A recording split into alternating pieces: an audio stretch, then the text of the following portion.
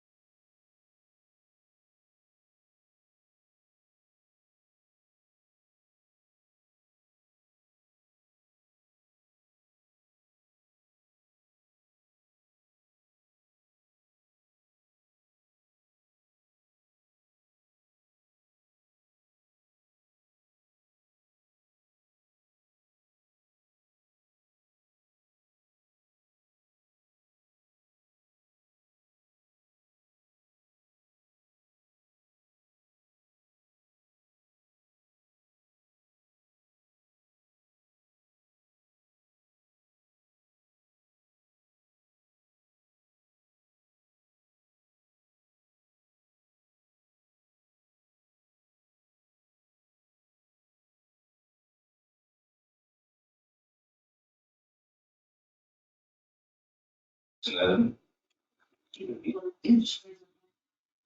they can't hear us. Can you hear us now online? Please type in the chat. Hi, this is Susan from the city of Bradenton. I can hear you now. Thank you.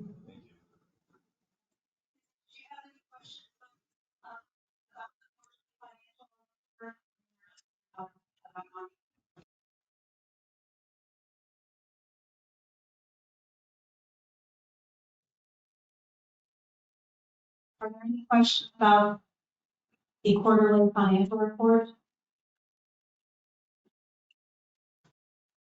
Our recommended action is that the policy that management board recommend policy accept.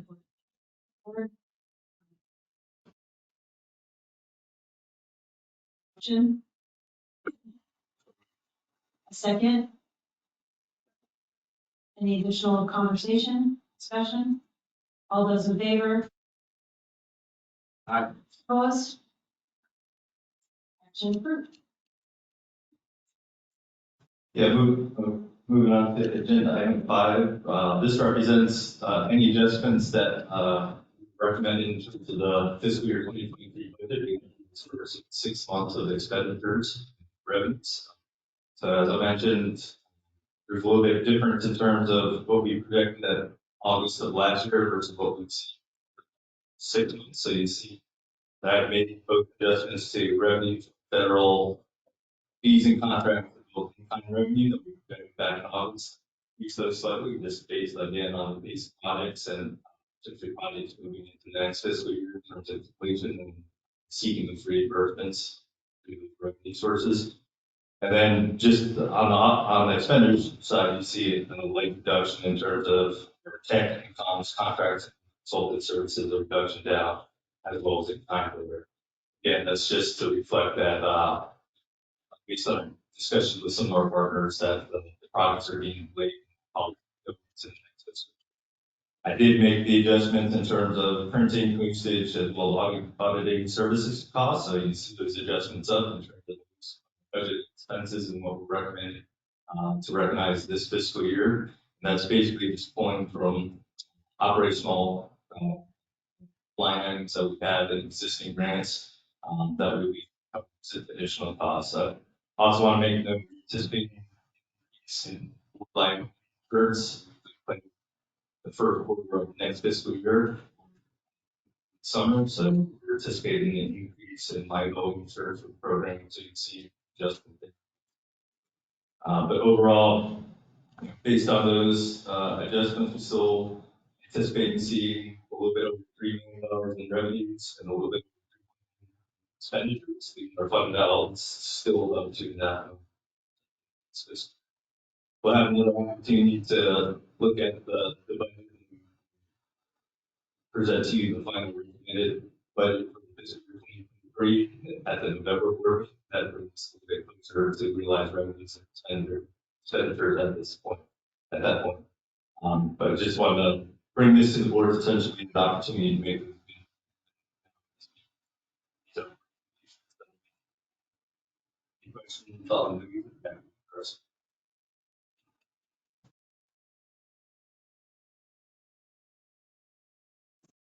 Copy or Get your copy. So the recommended action is the management board. Policy board accept the fiscal year 23 mid-year budget amendment proposal as presented by Mr. Chipper. We have a motion. Thank you. Do we have a second? Conversation. Seeing none, all those in favor? Any opposed? Motion passes. Moving on to the approval of financial and accounting services support contract. Page 12 of the packet, you see a description of this action. Since about 2018, been contracting out our financial and accounting services to private parties. And the original board approval back in 2018 allowed us to work with that organization through the end of this fiscal year. That necessitated us to go out for another request for these services. It's at the beginning of March and extended the RFP period. Based on that request proposal C2, Clifton Larson Allen LLP, and second is C.H. Winston. Unfortunately, we did not receive a proposal from our current service provider. But based on reviews that review committee recommended proposal that we received, a higher rank candidate was based on their experience, see it reflected in the board. So my recommendation to the board is to enter into a new contract with Clifton Larson Allen for a cost not to exceed $50,000 based on that initial review with them. Made further recommendations for them for up to 4 additional years. We're also requesting they have authorization to be a signatory on the contract being success in negotiating contract with that entity. And I just want to mention that cost not to exceed amount we advertised on the RFP. Provide a proposal that indicated cost based on how much time they anticipated potentially providing in terms of their services to X-ray program in the first year, and it ranged anywhere from $33,000 to upwards of $57,000. So it remains to be seen whether or not we set that cost not to exceed amount, but we will try our best to negotiate that. But we still have some time terms with that first place respondent to engage with the second place respondent. Council's recommendations on that spending proposal.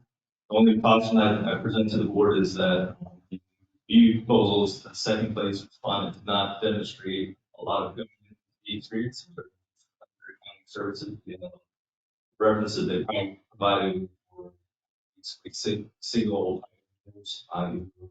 keeping tax services. So we want to have a conversation with that second place respondent. Regardless, any changes from this recommendation on August meeting, still have time if needed to move out for another meeting if we're unsuccessful.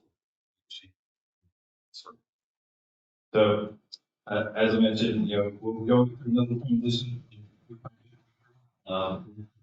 So, because this will be a new service provider, we have to make adjustments to our plan budget to cost of this new service provider and our this fiscal year. So just make mention to that. Just to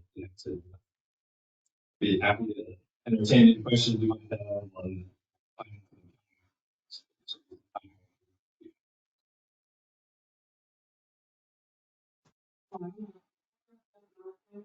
So a couple of days before the RFP, we were got attention right around tax season as well. So they were meeting as in line to submit a proposal. They were also in terms of submitting a proposal based on the amount being encouraged to submit on the practice. They did a good process that would run the house.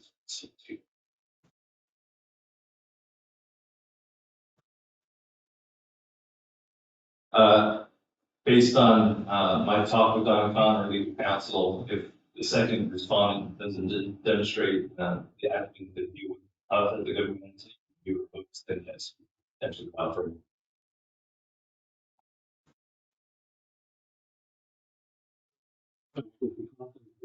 One or two, do you still have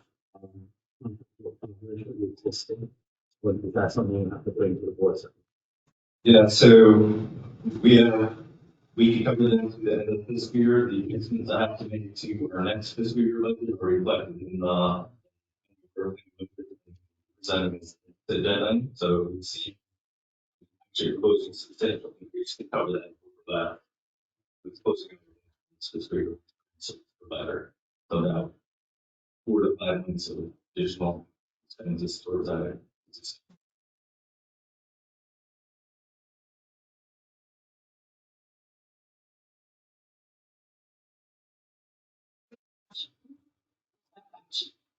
The first being that the management board recommend calling board authorize the executive director to negotiate an annual agreement with Clifton Larson Allen LLP for an amount not to exceed $42,000. Do you have a motion?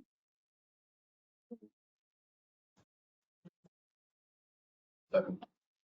Any additional discussion? All those in favor? Aye. Any opposed? Motion passes. B is recommend that management board, recommend policy board authorize the executive director to renew the agreement for up to 4 additional years pending annual TBEP work plan approved by the policy board. Motion?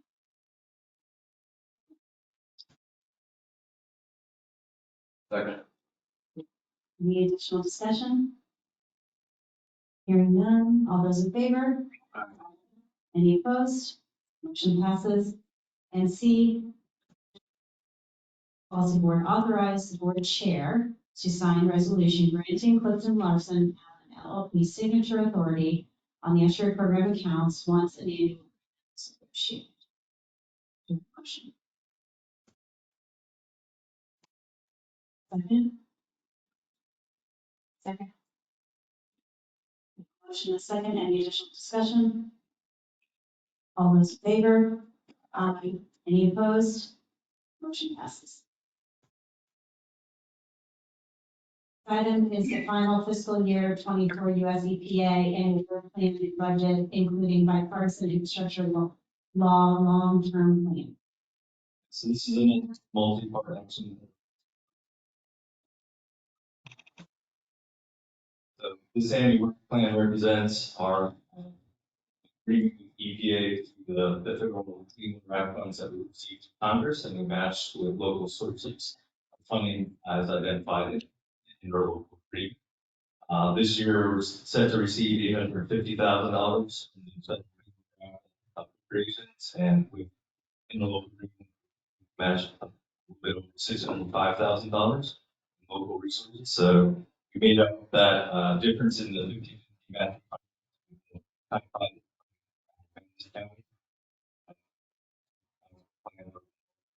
Manatee County River, and that will make that fully whole. And page 12, page 13 of the packet is a short little summary of expenses that we anticipate, the total funding.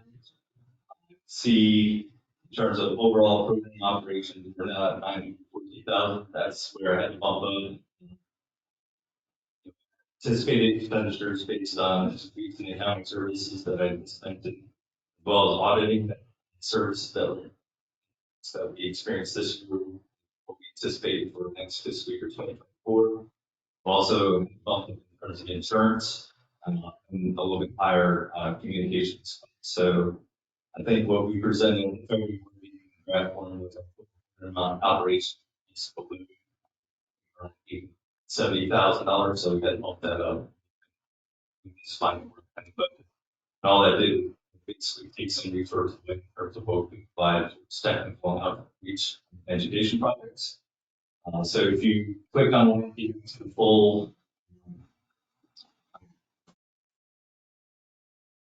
that's linked to the board packet, you can see those details in terms of the overall funding coming into the program from each of the funding sources. On page 55 of the board plan, to page 56 to see a more detailed breakdown of those overall expenditures. We fund the core of our operations and work planning agreements, but then also try to supplement with additional technical projects. So the overall scope of what we presented at the February board meeting, in terms of the number and type of projects are the same. It's just the funding stuff that adjusted a little bit. And the two of the larger line items that you'll see under the technical contracts, we see investments towards implementing master plans, so plans for waste restorations, stormwater, whether it's throughout the watershed, as well as potentially some salt dome restoration have been identified as projects under that line item. We also are earmarking significant for the whole Tampa Bay civil capacity assessment. This is sort of follow-on discussions that we've had, as you imagine, sort of to investigate issues we're having in Tampa Bay with water quality, loss of significant amount of seagrasses over the 2016 and 2022 that we reported last week in the first update. Then a host of other contracted technical matters that we're anticipating without funding for.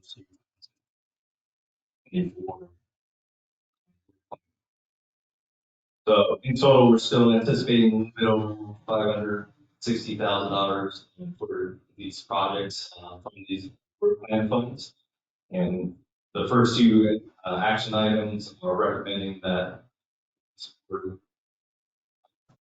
all schools to finalize this as our ready for a plan for me to submit a application to EPA summer. But the last action relates to bipartisan also receiving as part of the National Mastery Programs. And that item is covered basically under Section 4 of the work plan. Scroll down to that.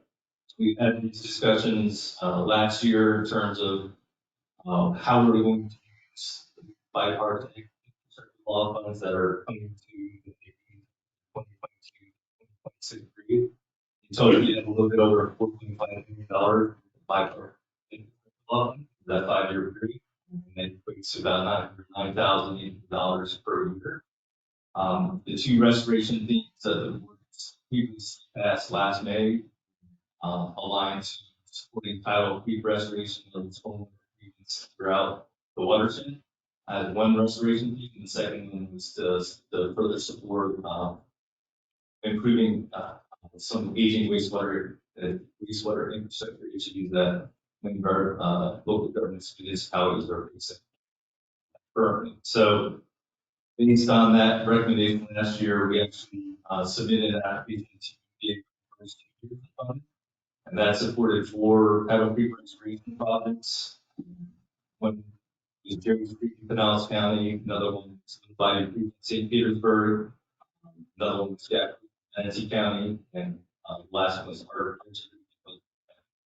That obligated the first 2 years of funding. This long-term plan now represents the final 3 years of the bill funds that we're anticipating to receive for the 2024-2026 time period. Based on proposals we received, the Tampa Bay Environmental Restoration Fund, there's 3 additional creek restoration projects that would bill fund for this upcoming year. These are Little Hole Concrete, Middleborough County Concrete, Manatee, as well as Montgomery City and Pulsar. There's one additional project that we identified that was on City Tampa. So we also recommend that as a fourth project receiving some. So that is all detailed under that first restoration section 4 of the you continue to scroll down. We also, because this is the long-term plan for the fund, have identified 4 additional projects that potentially obligate the final 2 years of bill funds, 2025 and 2026. That would be targeting that aging theme that was approved last year by the boards. So 2 of those projects will be the help supplement some septic system improvements that are being pursued in both Pinellas County. We initially earmarked some funds towards the Cooper's Point project in terms of city potentially using there. That might change. So we have a different recommendation next year, but it stands. This is what our long-term plan obsoletes, and then the last project that we're recommending is additional to support a regional incentive review focus on private lateral sewer repair inspection replacement. So in total, then we'll do full anticipating and receiving over that 5-year period. Again, this is the plan as it stands right now. What we need to provide is EPA by June 1st. So the requirement for us to another requirement is developing an equity strategy to identify an equitable way to distribute funds to throughout the Tampa Bay budget. Dr. Blakeson has done good work in developing their summary within section 4 of this work. It's going to be a presentation that details how we identify this throughout our budget, how us directing these resources for these projects have been helped us meet some of the officials that came these federal funds. So with that, actions that were actions considered to follow the board for final approval. I'll be happy to answer any questions you have on any of those moments.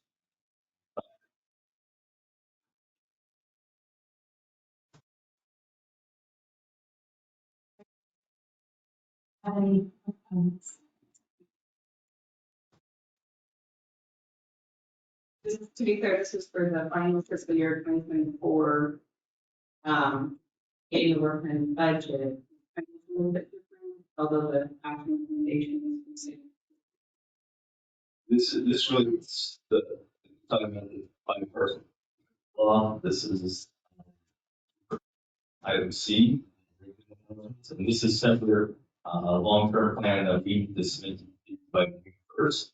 They would encumber a separate that we apply for later. Those proposals are being sent by October. We were required to send a long-term plan for this one first. Okay, so you're rolling the 24 into that.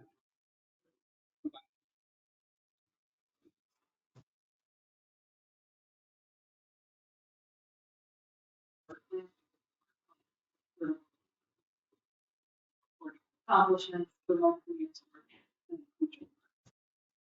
in the work plan that included. And then, so for the projects that are listed, just clarification on, there's work plan 24, but then there's this long term. So can you just, I don't think I'm following exactly what is the plan 24 and what is the longer term? Because I do have some. Yeah. Yeah, so our fiscal year 2024 annual work plan, which covers the our section 3 to our program on an annual basis, that basically makes up the bulk first two sections of the work plan back. Those expenditures and revenues are listed on page 55 and 56. That's what's summarized basically on the agenda on page 13. Separate to that is long. It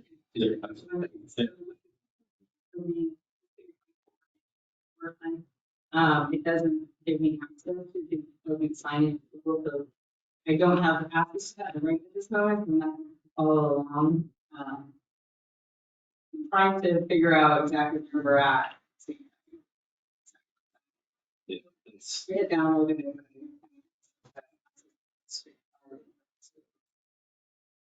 so click on that link. I apologize if this is used to forward that link in the agenda. I will take you through this each document, which is our bulletin. This is what we present to the board draft format. So a lot of this did not change. So there, Trevor is some of the fundamentals that just discussed. So our work plan basically is section 2 this document. We also provide a description of other fundamentals. Really bulk of that work plan would be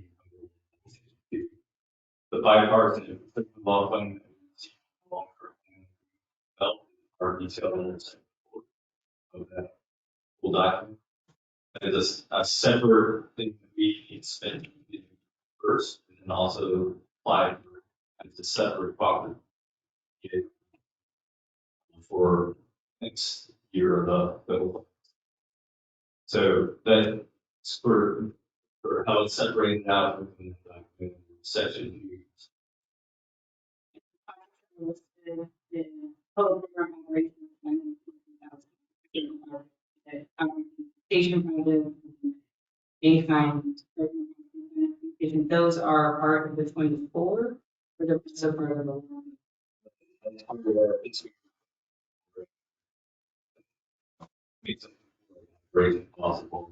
Just kind of great and support the And so with those projects, the indicator development, and group of a report card, I see some additional things that might get added to the report card. Has that been through discussion as a technical working group or as a or where are those coming? Has that been discussed with this? I think to the level of within this existing system. So recognize that that's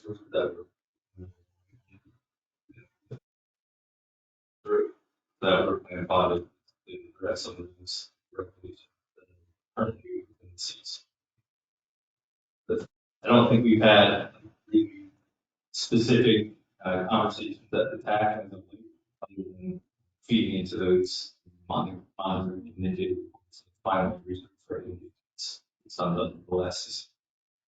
We haven't historically had feedback on projects that we're proposing because there's basically, it's a project concept, so we're allocating funds to do that work. So of course, as we initiate a contract and we select indicators, begin to think about this, then we'll do the steps that we always do in terms of working it through the technical project, the science subcommittee, habitat restoration as well. This is really just sort of our idea for a project that will take place in 5 years. And as we flesh out the details, we'll be inclusive, but we haven't had the level of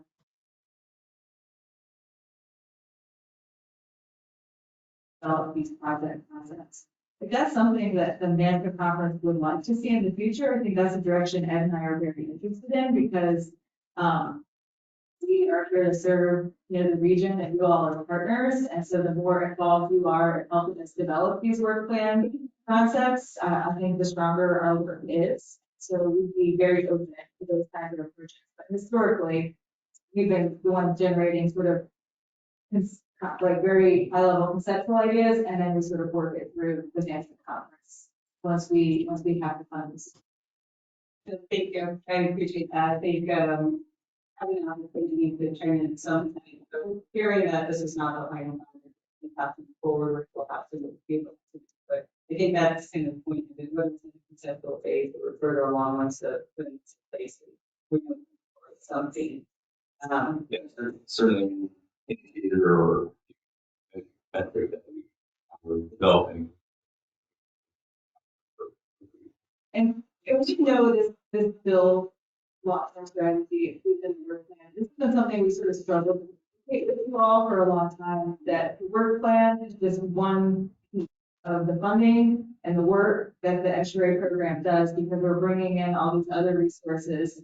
And so we're trying to tell the whole story of the estuary program, but at the same time, this is a report and a document that's sort of setting one specific grant agreement, which happens to be our most significant one with the US EPA. And now we have a second, agreement with US EPA through the bipartisan infrastructure law. And they've been really sort of struggling to define what the process is, and so the process has been changing all along. So by incorporating it into our work plan, we're trying to signal to them, this is a reporting stream that we already have. Let's see if we can minimize and incorporate these two. But I understand it's those two things co-mingle in this way. But that's really what we're trying to simplify things and provide a suggestion to EPA about what we think is the most efficient way to work through as they're building, bureaucracy around that person. So, this is all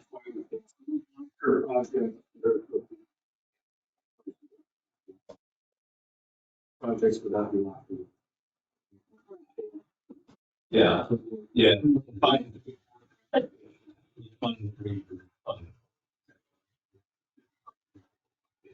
Right, we have to apply these funds under a separate that on Black Oak. 2026. And just so you all know, we have a section on our website in the Tampa Bay Environmental Restoration Fund section right now where we're accepting letters of intent on a rolling basis. So we thought about if this is like a tool that we could use to gather project ideas from you all on, throughout the year as you have these kind of ideas, and then we could sort of direct them to the funding streams that we think are most appropriate. Whether that's one of our community-based grant program, a work plan, bipartisan infrastructure law, or one of the many other federal funding streams that we become made aware of. So kind of, I think this speaks to the comments that you're both making. If we want to talk about ways to gather that kind of input from you all, or be more inclusive and participatory in how we develop a plan for our work, I would welcome that conversation. Certainly would encourage you to submit a letter of intent for T-Birds, and you can figure out what appropriate funding stream might be available to support them. Okay. For fever funding. That's kind of what we've been doing, is using T-Bird to do requests for proposals, and then if we're not able to fund it through T-Bird, then there's another, then we can try to reshuffle. The thinking of the bigger picture, we have like the framework for the game, like we have a list of the infrastructure, like additional flowways, causeways, and we will often see a lot of small projects and the deeper stuff. But is there a plan for the big one? The BP when it comes, or some big chunk, as a group, what those priorities? So we were successful in receiving some additional Restore Act funding to investigate additional stormwater controls throughout the Tampa Bay watershed. So anticipating, based on final council approval, to receive about $9.5 million. It's developing a multi-jurisdictional plan for Old Tampa Bay. We're anticipating that first half to be about $9.5 million. And the remaining amount of funds is actually towards implementing projects. So then we anticipate receiving that fund when it goes to the council. We'll probably towards the tail end of this year, and then we achieve that.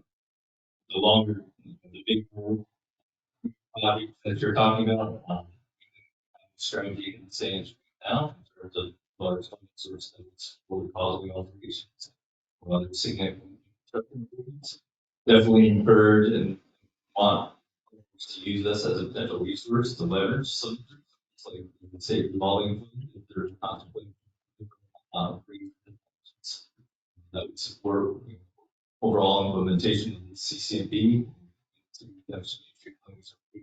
or owning other ways for food habitat. So right now, that's where it stands, but we don't have a sort of a big collective pot to work from within the watershed. Kind of piecing together those different funding streams as we're successful in getting. So I'm kind of hearing that more water improvement pertaining to the projects, causeway improvements, flowways, that kind of thing. I was just looking at the bigger picture. Some big items that we.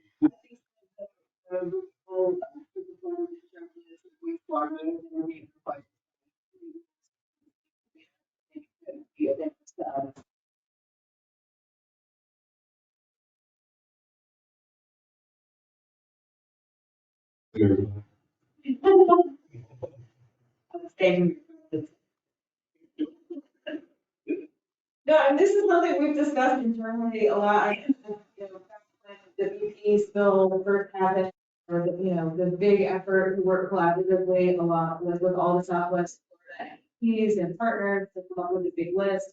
We had several other iterations of trying to do that, and then the bipartisan infrastructure law has been sort of another one of these challenges where I reached out to probably all of you to talk about what projects you might have ready for this, these funding streams that are coming available, and some are more ready than others. And I think there's been some kind of confusion about how to tackle them. Are we applying specifically for a grant, or is this concept, or how to navigate these things that are a little bit more of a messy gray area, so I'm sure it's a useful conversation to keep having, but it's not clear, and so anything you can do to sort of keep us in the pipeline for what projects, and what needs you have for the kinds of work that we do, that's useful for us, because we can start to figure out how to slot them. Support. Otherwise, we're trying to gen up ideas for something that's ready to come down right now. It's not really the idea. At the same time, recognize that usually the funding streams that we have available are the big comprehensive projects that we need to start pursuing. But there are funding vendors that need and plan specifically with state revolving funds that now qualifies, recognized actions in CCP. So if they're interested, qualify for that. Easily done that.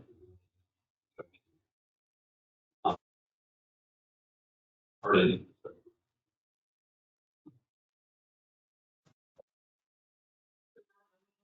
Infrastructure, if you think that that's a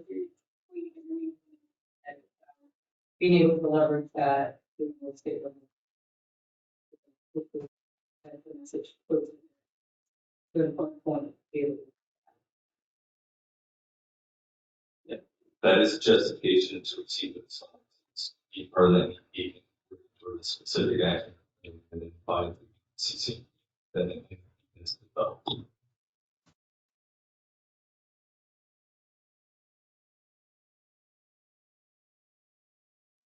Additional discussion on this item? So this is on the part, action item as well. So the first action is that the management board the final FY24 US EPA annual work plan.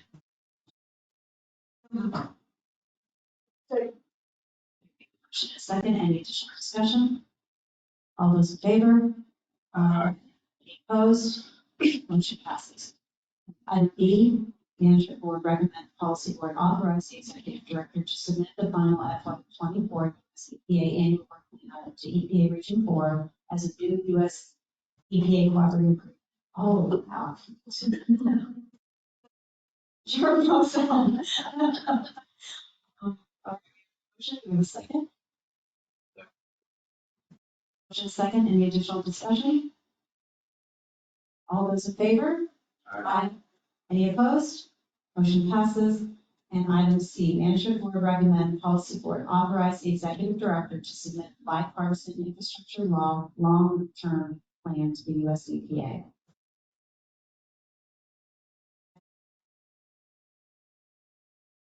Motion and second, any additional discussion on that one?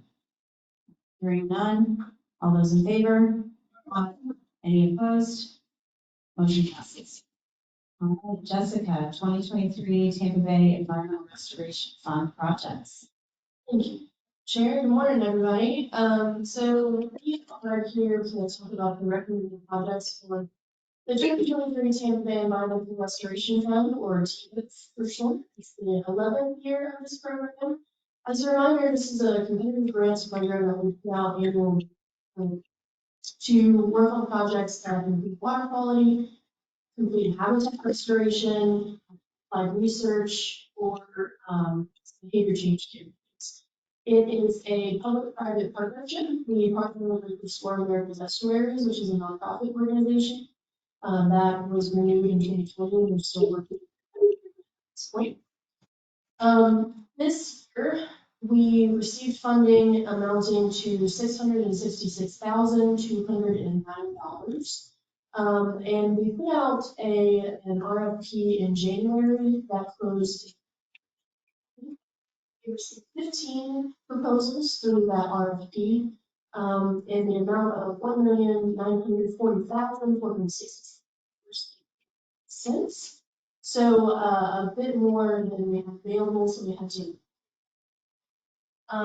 The review team consisted of the funders, which included Southwest Florida Water Management District, Hillsborough County, EPC in Hillsborough County, Dallas County, and then SEP funds through Gulfport and Clinton, as well as private donations.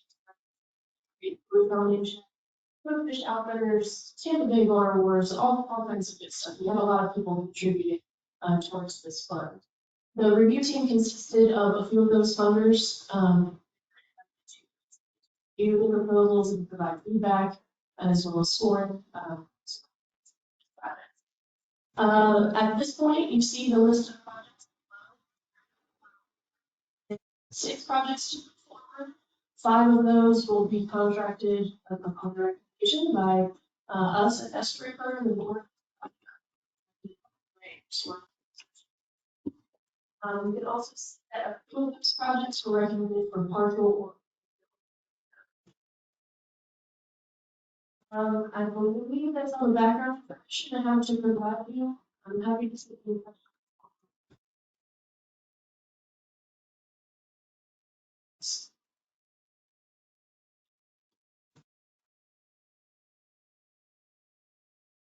Ask me in. She's begging you.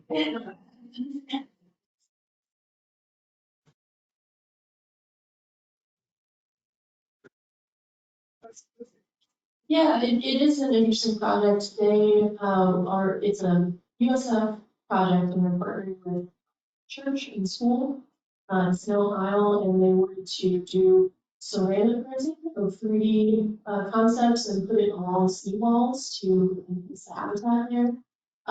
It unfortunately is not very cost effective, but it is something we're considering funding maybe through a mini grant or some other way, because it had a really great community.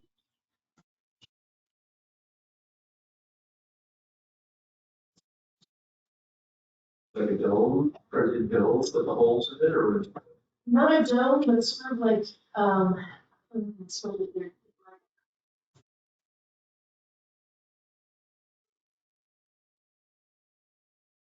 Our project would be like using students to come up with different designs. Or them using 3D printers.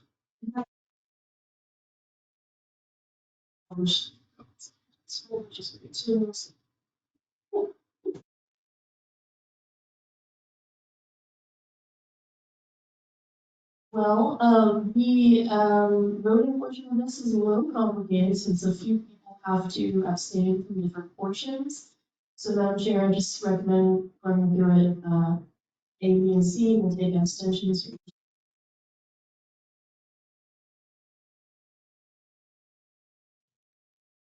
That, A is to approve table 1, list of recommended projects and budgets for 2020.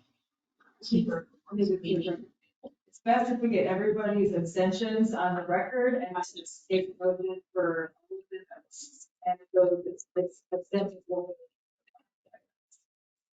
So the first one, Stacy and I need to abstain.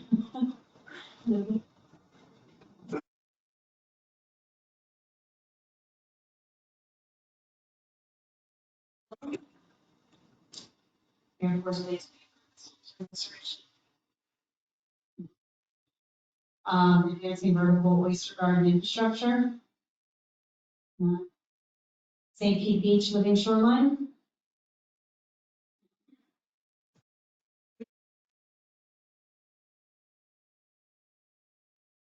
Docs will be on our feet.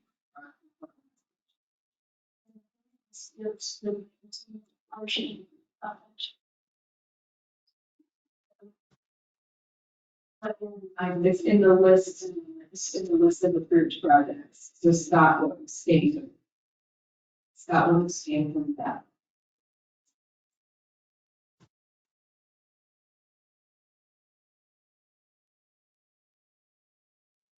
I'll be there. So someone who's not abstaining needs to make a motion, and someone who's not abstaining needs to make the sentence. With the sentence. All right, so A, approved table 1, list of recommended projects and budgets for 2023 T-Bird work. No one who had to abstain can make. Good. Second by another person. Thank you. All those in favor? Aye. All opposed? Thank you. Awesome. Great job. We can do this, guys. All right, authorizing executive director to enter into contract for recommended projects as follows. So the first one is the Philippi Park Seawall Habitat Enhancement with Pinellas County for $1,500. Door extension and season from the first project, Philippi Park, and the other in. I would model ones, okay, we'll take all of them at once, and then I will move the model. Do we have a motion against, thank you. A second? All those in favor? Any opposed? Thank you, abstention staying. Okay. E, authorize the executive director to amend scope and budget up to $25,000 for contracts if additional funds become available. Thank you. I have a motion and a second. Any additional discussion? All those in favor? Any opposed? Motion passes. Ed and staff. Executive director and staff. That's it. Just some quick updates to provide to you. At the beginning part, Joanne, our science communication design, we left the program so that that would be for us to advertise for a new science communication. We did so in April and to receive a little over 43 applications. Right? It's more than 43, 43 who qualified for what we have. We've been going through the interview process, having thing.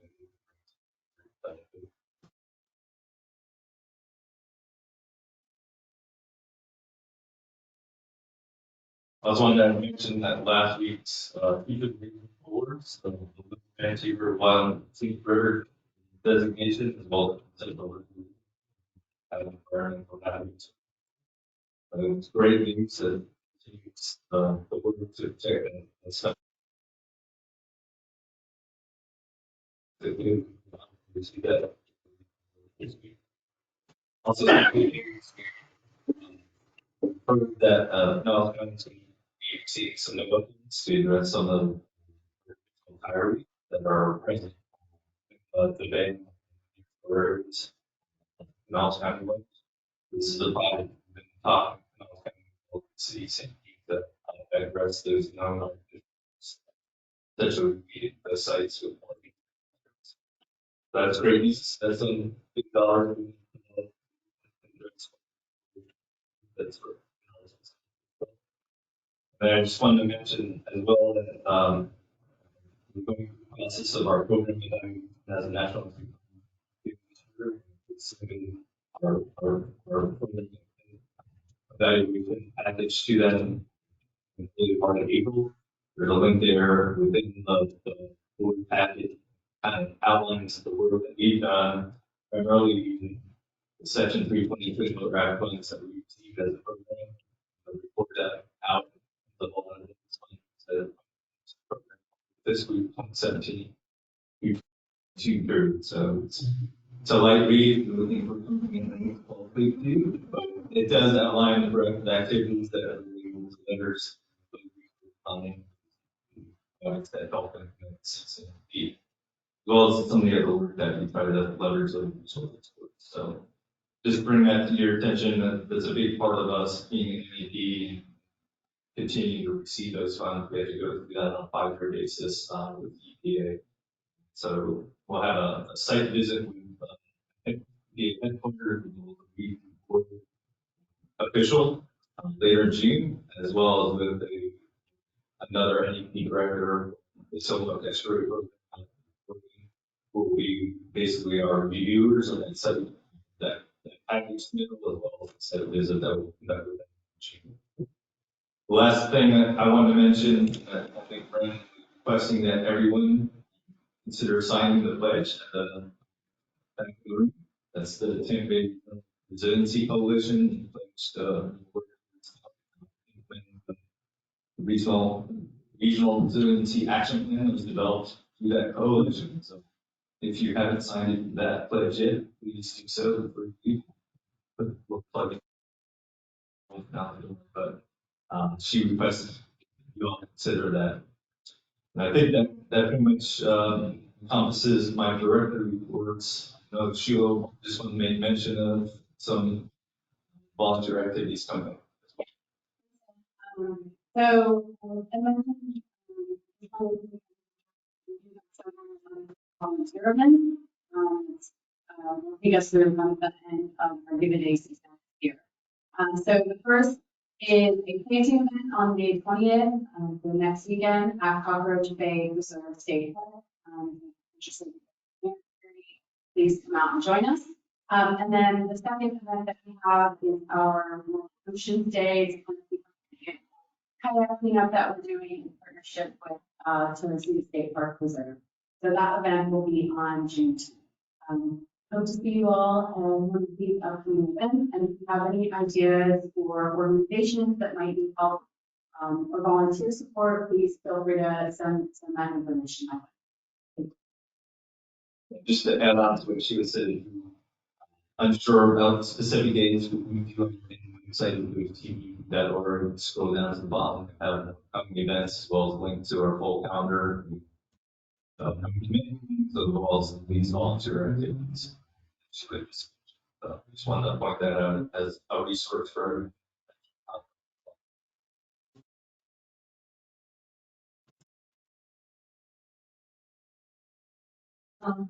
Is Robin here on?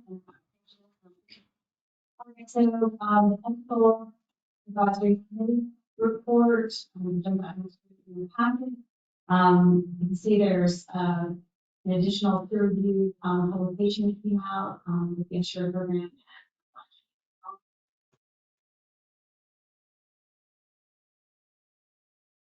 Board, team gave 7 different presentations across, various, events. They did an approval posted habits assessment, 3, 4 days, 6 committee meetings, just a lot of work. Also the attachment. I just want to put a plug in the TAC will meet in June on the 21st, I think. And that will be an in-person meeting in this room. As a time in person since the pandemic, but it'll. So please allow your staff to take the trip over and participate.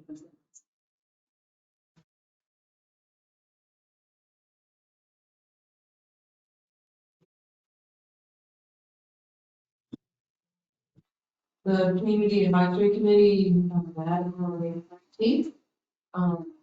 And we met virtual patients on the day integration spotlight, the same striking without safety. We are there at the community center.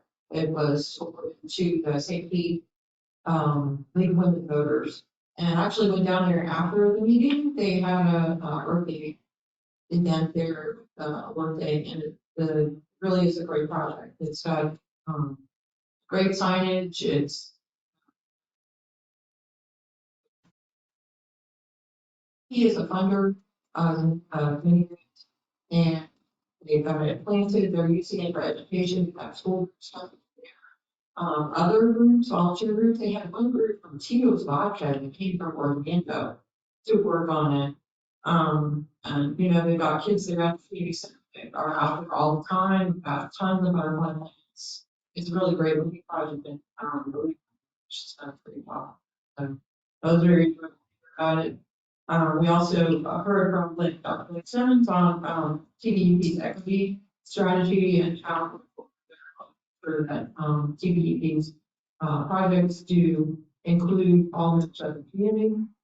We also had a presentation on the state of the game report, and the community advisory committee members talked about various ways that they could communicate maybe some of the lesser known issues Tampa Bay to their networks. At roundtable and list of things that are coming up to the fall. So it's a really good meeting, and we're hoping to meet in person in the near future. And then the next meeting will be, I believe it's July 26th. We don't know. Is that right? Yeah, but we're meeting in person.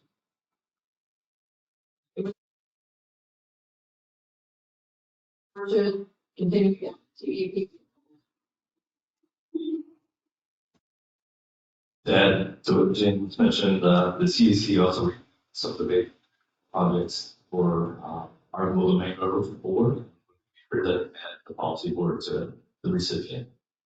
So I'm not going to deal with it. To discussion on the tape agreement, consortium declaration of cooperation. Yeah, I just wanted to make mention this. This actually came out of the conversation Don, who represents the NFC industry, chair C. Basically, what we've used in the past to keep the band together, so to speak, keep everyone at the table working together, push common goals of excellent secrets, and this thing that we call the Declaration of Cooperation. That's the major points of work that needs to be done politically. We put this out and requested that the next management consider signing on to this Declaration of Cooperation. At the tail end of 2022, when we submitted the last report for our document, it was clear that at its peak conditions, we lost a significant amount of seagrass in the upper bay segments, primarily in Tampa. It's struggling with water quality consistently. So thought it would be a good idea to put in again this declaration of cooperation. Basically details some elements that we're committed to as a consortium of the next 5 years. The first of which is looking at Tampa Bay a lot more in depth to understand what benchmarks might need to be maintained to get seagrass coverage back in that basin. And I might just identify the actions that basically all are planning. I also think there's some complementary activities that probably need to be investigated, like policy alteration, that complement a lot of the management work that the consortium is doing. So the first 2 years under that development of that will basically encompass a similar capacity assessment that you all do. Some also funding to get that work done. Next year and a half will actually be help and financial support to do that work. So that'd be sort of the first component. Basically, the outcomes of that work feed into the next update document that we submit to EPA. That's due to that by the end of December 2027. So collectively, like I mentioned, even at the table talking about solutions that what conditions support the further seagrass recovery will be sort of focus on the next 5 years. We'll continue to collect information on those nitrogen load reduction projects that you'll are implementing over the next 5 years, as well as this additional work that I just mentioned. So what this declaration also allows us to do is ask participants of the consortium to help support some of that. The first 2 years of developing some capacity and then we're putting on wholly, but we're comprehensive documents to be at the end of the so we're asking consortium participants some funding to that. It's a nominal ask. So we're asking the participants to contribute $7,500 for that consortium. So again, this is for us some conversation that happened at the board previously, and we can solidify this in more of a declaration for each entity that hopefully get from the over 45 the role just for policy work. I'd be happy to answer any questions you might have on that. In the package, we're looking to the actual full declaration and get the rest for each of the consortium participants to take that declaration to some that process on board meeting to sign off to this declaration. We're asking to try to get that confidence by the end of this year, and that additional funding we're asking for participants to contribute that down $75 amount by October of next year. I can get that into your own budgets. Stop there, see if anyone has any questions on that. We need similar instruments to keep the common goals and time to do it.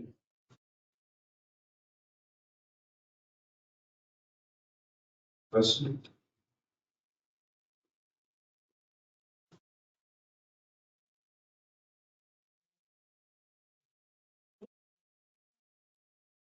Long-term plan and equity strategy.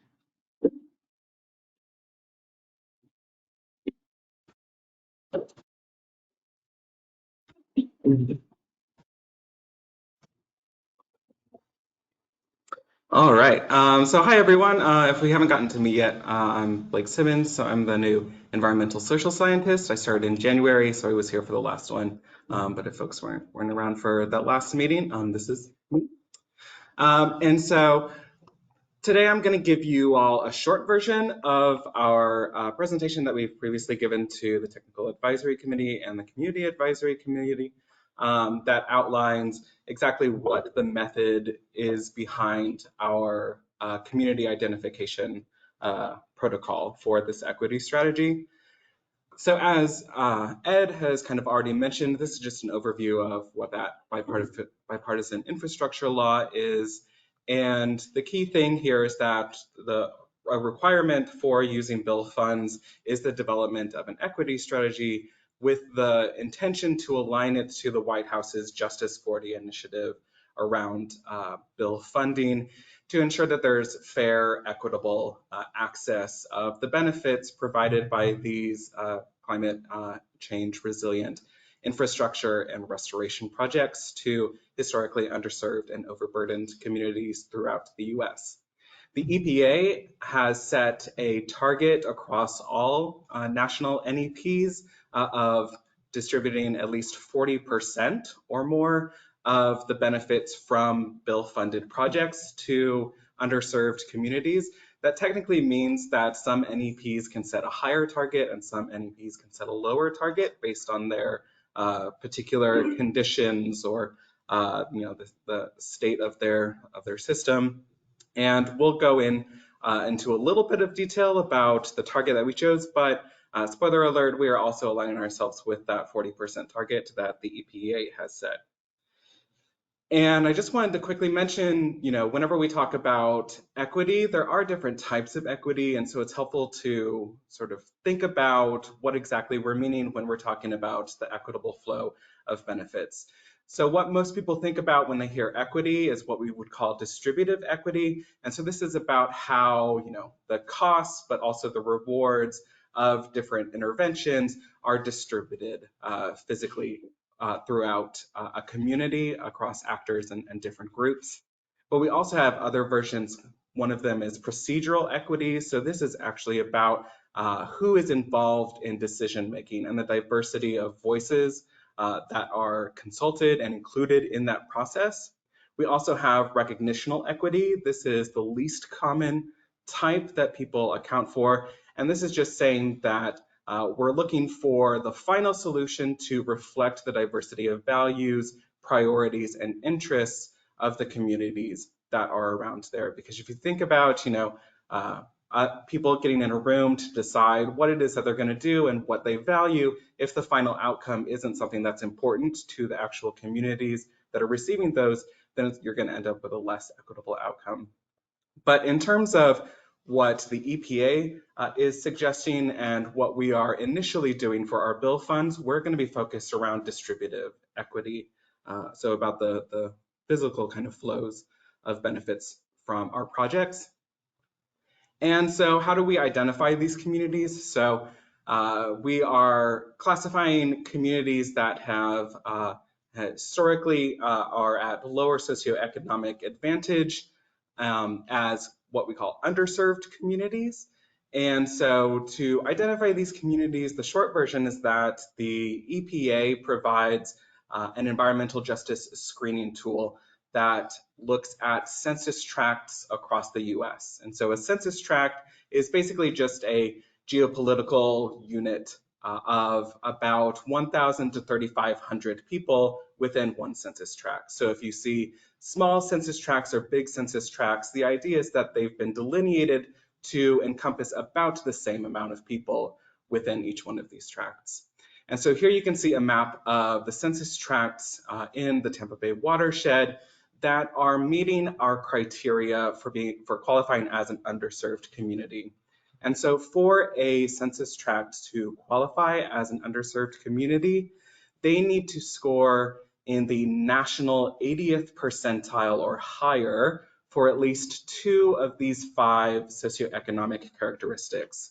The percent of residents classified as low income, the percent of residents that are unemployed, the percent that have low life expectancy, the percent that are linguistically isolated, so that means limited English speaking, as well as the percent that do not have a high school education.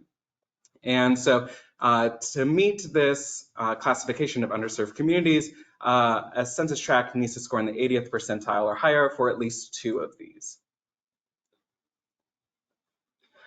Also, whenever we think about the benefits that come from the different restoration and wastewater infrastructure improvement projects that we have, we also want to think about what are the environmental burdens facing these communities. And so we can use information about climate change risks, high levels of pollution, lack of green spaces or nature deprivation, as well as historical underinvestment patterns in these communities to really help us identify where specific benefits could be featured in different types of communities and maybe where different types of projects might have a greater impact based on the unique threats that they're facing. So for all of these communities, so we've identified about 166 underserved communities in Tampa Bay. That's about 22% of all the census tracts in the watershed, and 98% of them are also what we consider overburdened by one of these 12 indicators of environmental injustice. And so basically kind of the same criteria to classify as an overburdened community. These census tracts need to score in the 80th percentile or above nationally for one of these types of environmental burdens. I won't go through all of them, but they encompass climate change risks, nature deprivation, air pollution, water pollution, other different types of pollution from phosphate mining or hazardous waste, as well as historical underinvestment and these legacy effects that they have. And so here's a map that shows sort of basically the kind of hotspots of environmental burdens facing different communities. And so this gives us options to think about what types of projects might be most beneficial based on the unique conditions of these underserved communities. And this is just a sneak peek into how we could track these benefits over time. So when we are reporting to the EPA, we use our NEPORT database as our primary reporting tool. This is consistent across all of the NEPs. And so the EPA is tracking all of the NEPs using their own methodology consistent with that NEPORT data. And so we have just generated a 5-year pre-bill baseline to show where we have been in the past, looking forward ahead at this 40% target. And so here you can see of those habitat projects that are included in NEPORT, the percentage of all of the projects that are classified as benefiting underserved communities in Tampa Bay, as well as the percentage of Section 320 funds invested in those communities. So these are our annual EPA work plan funds, as well as all of the total project costs from projects funded by other streams and other partners that have been invested in the underserved communities that we've identified. And so, as I kind of mentioned, one of the reasons why we are aligning ourselves with the EPA's 40% target, even though we have sort of wiggle room to create a different target, is that if we look at our past record, we actually have been pretty close to this 40% target already. And even in a couple of years, we met or exceeded that target. So 2020 especially, we had already had more than 40% of those benefits going to underserved communities. And in 2019, at least in terms of total investment dollars into those underserved communities, we also exceeded that 40% target. So this 40% is both ambitious, but also very realistic, we think, for the next 5 years of projects that come from us. And then I just wanted to wrap up. This isn't the last conversation about this. As I mentioned, we are just now only focusing on distributive equity. We do expect to incorporate additional targets for procedural and recognitional equity. Here's just some quick examples of what that could look like. So if we're thinking about targets for procedural equity, something like ensuring there's a certain percentage of all of our projects that are informed by consultations from representatives of these underserved communities, making sure that if a project is occurring in these areas, that they have representatives with a stake in that community that are helping to make the final decision. And then in terms of recognitional equity, thinking about what percentage of our projects might we have require a post-intervention or post-implementation community feedback monitoring to ensure that the benefits that are actually emerging from the projects that we have are indeed what the communities thought they would get out of it and are actually valued by those communities, to make sure we're giving them what it is that they want and what we think that they want. And so we'll be continuing to develop these over time. We're also going to be considering how we can expand. So not just habitat projects, not just wastewater and restoration projects, but also thinking about education projects. So anytime we involve students or teachers from Title I schools, that could contribute to increasing equitable outcomes and other sorts of projects that we have out there. So we will continue to develop this. We do have a web page built out of GitHub that has an overview of this methodology, as well as reproducible R coding language, so that anybody who wants to replicate the maps that I have shown you or replicate the benefits table and the graphs that I just showed you, they can go to this website. They can run the same R code that we have here. It's all open source, publicly available data that you can generate these things through. And so this is just another way for us to maintain our open science principles of transparency, reproducibility, and objectivity when it comes to these types of decisions. So feel free to check out that website if you like. And yeah, feel free to ask any questions or feedback. Yeah. I have two questions. Yeah. The equity strategy. So did the estuary come up with that on their own, or is that like the strategy that everybody using the BIL should be doing, or like where did that strategy come from? So the EPA came out with a framework of sort of a recommended template, basically, but the EPA doesn't have sort of really hard guidelines. So the 5 socioeconomic characteristics that we had, those were also recommended by the EPA because that's what they use to identify what they define as disadvantaged communities. The way they do it, they create an index by averaging all of those 5. And then if you score in the 80th percentile of that average, then they classify those tracts as disadvantaged. We decided not to take that approach because we felt that requiring a high average puts, additional sort of disadvantage on communities that may only just be low income and high unemployment.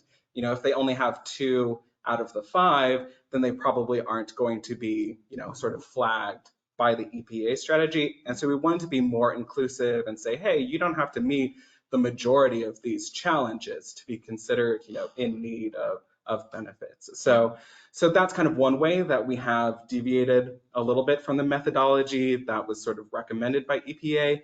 The EPA also has their own kind of consistent way of tracking benefits. So, kind of as I mentioned, they're taking NEPORT databases from all of the NEPs and then just doing their own calculations of percent of projects, percent of funds. For us, the NEP database doesn't necessarily reflect all of the things that Tampa Bay SRA program sort of has complete control over, right? So there's some projects in there that are just about, predominantly other partners, what they're doing and the projects that they're doing. So we add an extra layer of filtering to say, hey, like we're only going to track the things that are primarily funded by TBEP or that we are sort of leading or we are kind of, the main kind of champions for. So that's going to be, all of our T-Birth projects, all of our Bay mini grants, us as the funding sources, but any other projects that we have where TBEP is sort of taking the lead on those projects. So we filtered that out a little bit down to a smaller sample than what EPA would use. But otherwise, in terms of, what is a benefit, it's the same as kind of what the EPA will be doing for all the NEPs. And that leads into my next question. As far as benefits, like I think about a project where you're improving a fisheries area, and so you have like subsistence fishery available to a neighborhood, but that might not be in the actual neighborhood, but it's close enough. Like, how did you figure out like a proximity of where the benefit is if it's not like, did you factor that in if it's not like exactly in that neighborhood? Yes, so we have 2 sort of methods for this. So for one of them, the sort of most commonly applied to all of the projects is we implement a 1-mile buffer. And so this is about, we use this because it's about 15 to 20-minute walking distance. We assume that even if you don't live next door to a site where this is happening, we can imagine, especially underserved communities, they predominantly use public transportation or, footpaths and things like that. These could be reasonable distances that they would still experience the benefits of improvement. So we have that one layer where it's anything within that 1-mile buffer will be considered as receiving some of those benefits. But also if they're further than 1 mile from the site, but they are directly downstream from the project. So if you can imagine, maybe you've got a river, restoration project that essentially is going to, reduce the amount of contaminants that eventually flow downstream, then, you may have a community that's 2 miles from the project, but at the end of the day, as long as that project works, their, pollution levels are going to be lower because of the improvements that happened up there.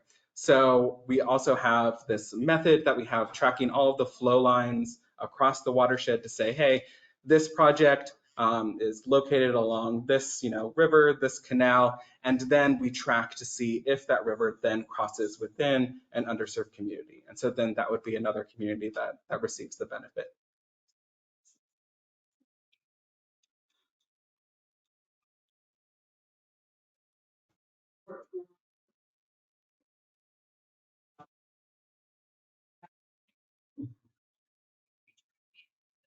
Well, but they're also equity, definitely positioning. So access to shore-based fishing here, like that is explicitly something that they're interested in tracking. And I just want to kind of add to Blake's earlier explanation that there is no nationwide guidance for how to interpret an equity strategy. So there's the White House memo on Justice 40, and that would be applied to bill. Some agencies are required to implement Justice 40 and others are not. And each agency is implementing it in a different fashion. And then Blake's, described how further, we've deviated from the EPA guidance. And pretty much for those of you who are in multiple national estuary programs, none of our equity strategies are applying exactly the same methodology because each of our watersheds are unique. There are different burdens. There are different community thresholds. There's all sorts of different approaches to these things. So it's not a uniform landscape. And I think I mentioned this when we first started talking about these equity elements. For those of you who have planning organizations or they're already having equity requirements passed down by the federal organization, just so you can sharing these reproducible tools that Lake has developed with those organizations. So if they want to use them or it could be helpful to them, folks like the Florida Panel and Hillsborough Planning have access to these, share these resources with them. But we understand there's sort of a patchwork of how to approach all these things. So we're sorry for that. We're trying to do the best thing without passing on these burdens to you, but have us be the ones that are sort of reporting in ways that we think make sense. Welcome your feedback and what you're offering. Yep. Like, I'm working in this space in BD right now. But as we execute projects that benefit these underserved areas, what's the feedback so that the project benefits are going back into that evaluation? Because I would expect that over a period of 10, 20, 30 years, our objective is to see these areas go away, right? Mm. Or at least that we get them in a better place, Yep. right? Can you talk a little bit about that? So that will be something that we'll work around in terms of setting recognitional equity targets, in the sense that me, sort of as kind of my, upcoming social science agenda, I very much want us to be able to have an inventory of sort of baseline community values, priorities, and desires and things like that. And so one of the ways that we could sort of envision a way to include communities in our existing sort of ecological monitoring protocols is to have something like where we say, for each project, or for the majority of projects, or for projects that are most kind of insensitive to these issues, to establish a monitoring protocol after the fact, so that we can make sure that a year, 6 months, 2 years, 5 years after these projects, that they are delivering the intended benefits that the decision makers want, but also the communities that have ideally been consulted and engaged prior to the development of them, they're also recognizing the same benefits. So that way we can also flag, any surprising outcomes. We can imagine, maybe a community thinks that they might be getting X, Y, and Z out of a restoration project, but maybe they come back and say, oh, now there's so many rats, or oh, it looks really unkempt. This makes me feel, like the value of this place is gone. And so these are all valuable tools for us to use to then say, okay, how can we continue to improve these projects and increase the sort of benefits and perceived benefits of the communities from all of them? I think it's a really important question, because I would actually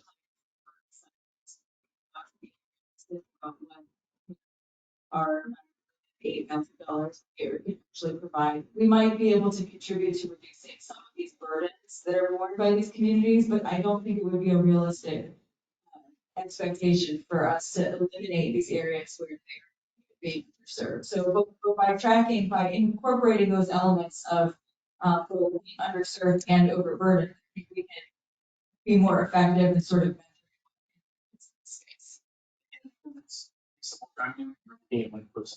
Yeah. Like 80th percentile EJ index, right? That's a relative comparison. So if there's improvement in one census tract over a period of years and projects, then eventually someone else goes to that. So I'm just trying to understand as, you know, all the estuary programs and all these other federal agencies start investing in projects in these underserved communities, that, you know, is there a process that is going to have those inputs where, you know, if it's air pollution, right? Yeah. We've improved air quality in a census tract that's currently in P80, and now they're at P60, well, now our priority maybe shifts next door, right? And I haven't heard much yet about how that data is going to get put back into the analysis so that when you look at the picture, the landscape of underserved communities, you know what that is. Yeah, that's important feedback, and I'll share that in our community this national, because I don't think that particular issue has come up in this fair point of discussion. I think It would be a good problem to have, probably not. right. Well, I think it's been very much on EPA's part so far on the tracking benefit side, like Blake has mentioned, it's been very much related to just like money and number of projects, and even that we've had some of these conversations about, you know, how to incorporate downstream benefits or, you know, nearby benefits, and EPA is sort of not sure how they're going to be tracking this. They're figuring it out as we go along, but that's another important point to that. So thank you for bringing it up. One more follow-up. Oh, go ahead. And then the sort of drive and discuss well to implementation strategies. And thank you for your point, how we track using that 80th percentile within a budget. That's an important metric that is not going to be represented in the strategy as, but that's something that we could push on. I mean, that should be when we're at, hopefully. One more question, and maybe this is a little unfair at this stage of the game, but just curious, if we were to apply these principles to, let's say, our decision-making process, the last round of T-Bird projects, would we have expected a different outcome of the project selection? So Blake has actually created a decision support tool, and I think one of the benefits, I think that it was used as a screening tool after the fact, but one of the things we have to work on is how to best integrate that kind of decision support tool that's taking this equity strategy and applying it to our decision-making process for like things like grant funding decisions. We need to better integrate those two, sort of like what our evaluation criteria are in those different processes. We did pilot it at first, and I don't know if Jessica wants to share any of her thoughts about what that process was like. So the challenge for us is we're able to incorporate some of these principles that are in the equity strategy when we're developing a project with you all as partners. So we can sort of give nudges of, this is the kind of place that we would like to do work, and we'd like to see you do outreach and think about these communities and how they might feel, or this is an issue that's relevant to, you know, in that kind of approach. When we are putting an RFP out for the Tampa Bay Environmental Restoration Fund, we set priorities. Those priorities can speak to the types of projects that might be suited to implement the equity strategy, but we're also, you know, letting you all sort of, all of the producers be, you know, in charge a little bit. They're deciding what kinds of projects to fund. And right now we don't have funding criteria beyond, we give extra points for projects that are authentically engaging and including the community in the projects that are being proposed. So I don't know that we've gotten something different, that we would have gotten different outcomes in this round of T-Bird, but I'll say that that's a process that we're currently working on refining against some preliminary tools to do so.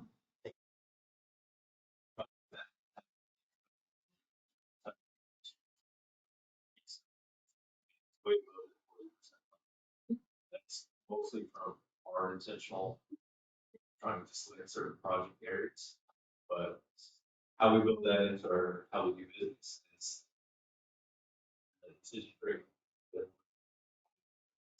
We just haven't fully implemented that across all of the business practices. Well, we're thinking of it.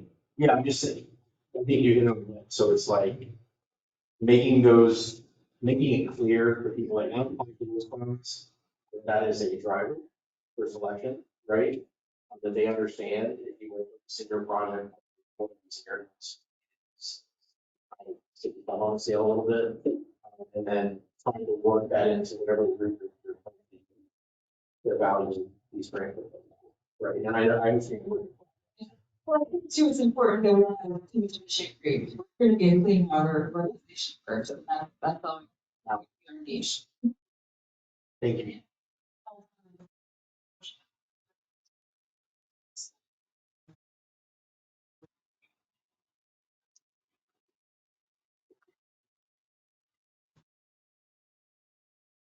Any other question?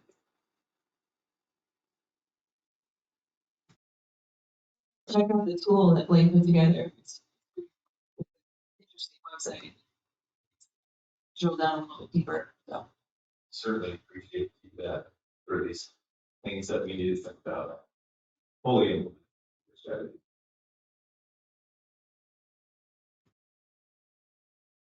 All right, additional packet information. So in the end of the packets is the quarterly reports to the board that this is our reporting on progress made towards all of the different projects that we're supporting. You should be able to click on the link and view those problems within Smartsheets. If you're not sure how to do that, or like me walk you through it, I'm happy to do so. See, August.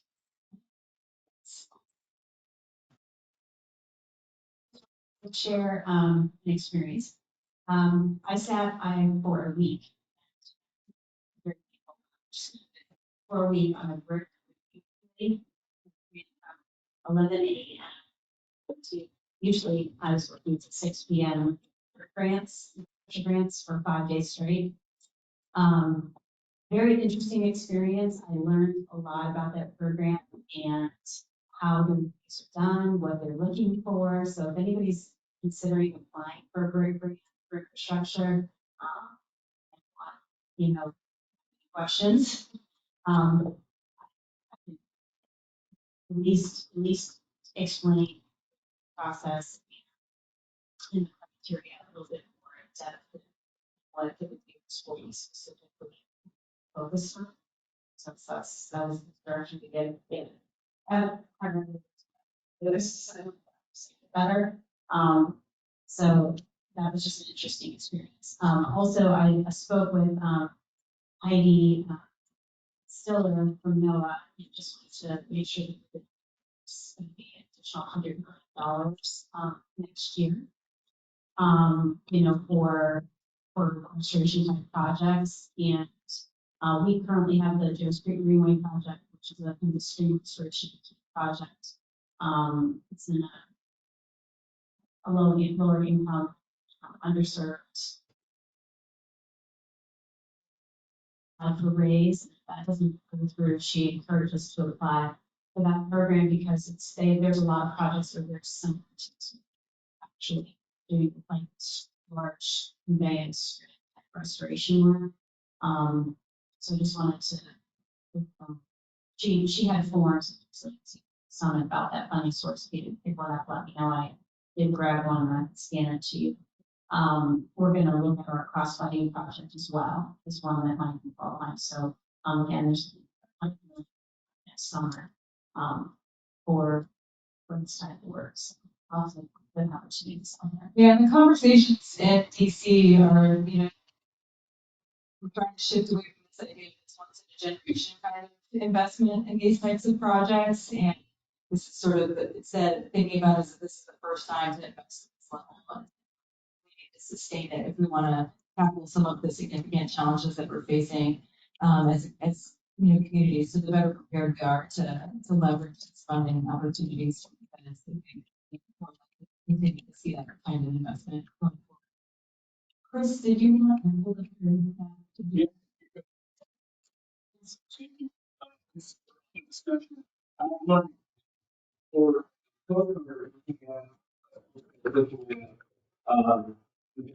all their designated acres in the country. We have a small committee with the Coast Guard pilots, the bringing traffic flows. You can scroll down to, we'll start at the one down by Egmont. So they're looking at these basically, I think what happened was somewhere, I think it was Texas, an anchor drag over a pipeline, ruptured pipeline. So they're looking at safety issues, environmental impacts, whether they need to keep these anchorages on the books, navigation safety for the marine, maritime industry, but also environmental concerns and that kind of thing. So first one's just inside the Skyway. The pilots have said this one is heavily utilized, so I don't think this one's going to go away. You know, as far as environmental utilization, they're looking at listed species, potential for restoration. So if they delist it as an anchor, it will shift forward. So if anybody has any input on any of these, or if any of them have been part of the dredge hole study, that would recommend them cover it. If you scroll along, we can look at the other one. You know, a few. There are 5 altogether. Here's one just below McDill. The pilot saying this is at least probably not going to be. The 2 that they're looking at is the maritime utilization that they're looking at, maybe recommending. There's one right here off of St. Pete. It looks like, I guess this one isn't utilized for maritime purposes. So if anybody has any comments or any concerns or recommendations, you know, it's a good spot for building that hole. It's a good spot for additional habitats. And the other one is right off of here. This one is no longer utilized for the maritime industry. So those are the 2 that we're looking at. Maybe issue the if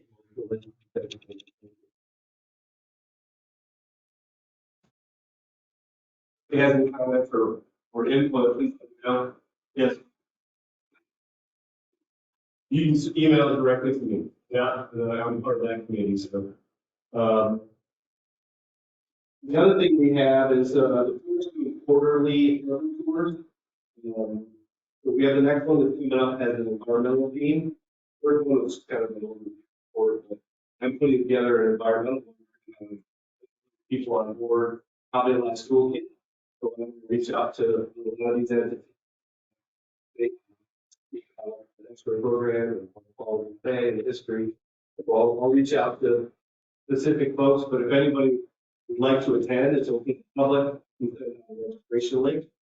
Should be pretty cool. We'll go out by the Bird Isle and talk about the history of camping, seagrass, maybe all that sort of fun. So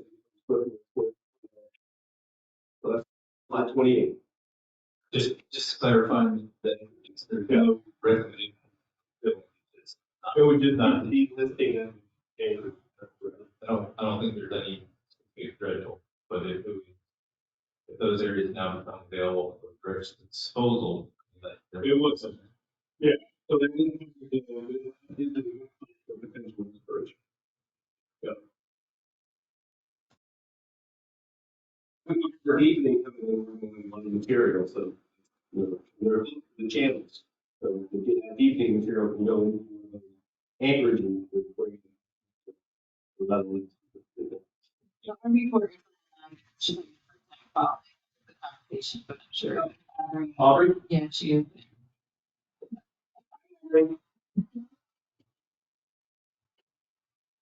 Yeah, Chris, are they looking at any of the Tampa Bay approaches ingredients as part of this? Only those 5. Yeah, okay. Only those 5. They call it, they kind of have some old names for explosive anchorage east of Mullet Key, temporary explosive anchorage south of Inner Bay Peninsula, temporary explosive anchorage off Port Tampa, quarantine anchorage, and barge leading area, Hillsborough Bay. And I think the explosives came in for mine. We're going to be bringing for Bombay. We use explosive. Only 5 including this time for.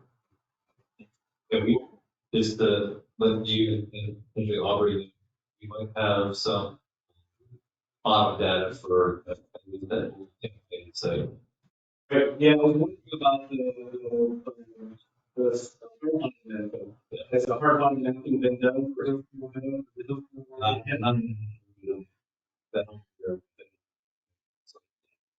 Okay, this is the now part of the. Right? Yeah, I'm pretty sure that area has. Right. That would be the concern, that there's any light on. Yeah. At this point, they didn't want to do it.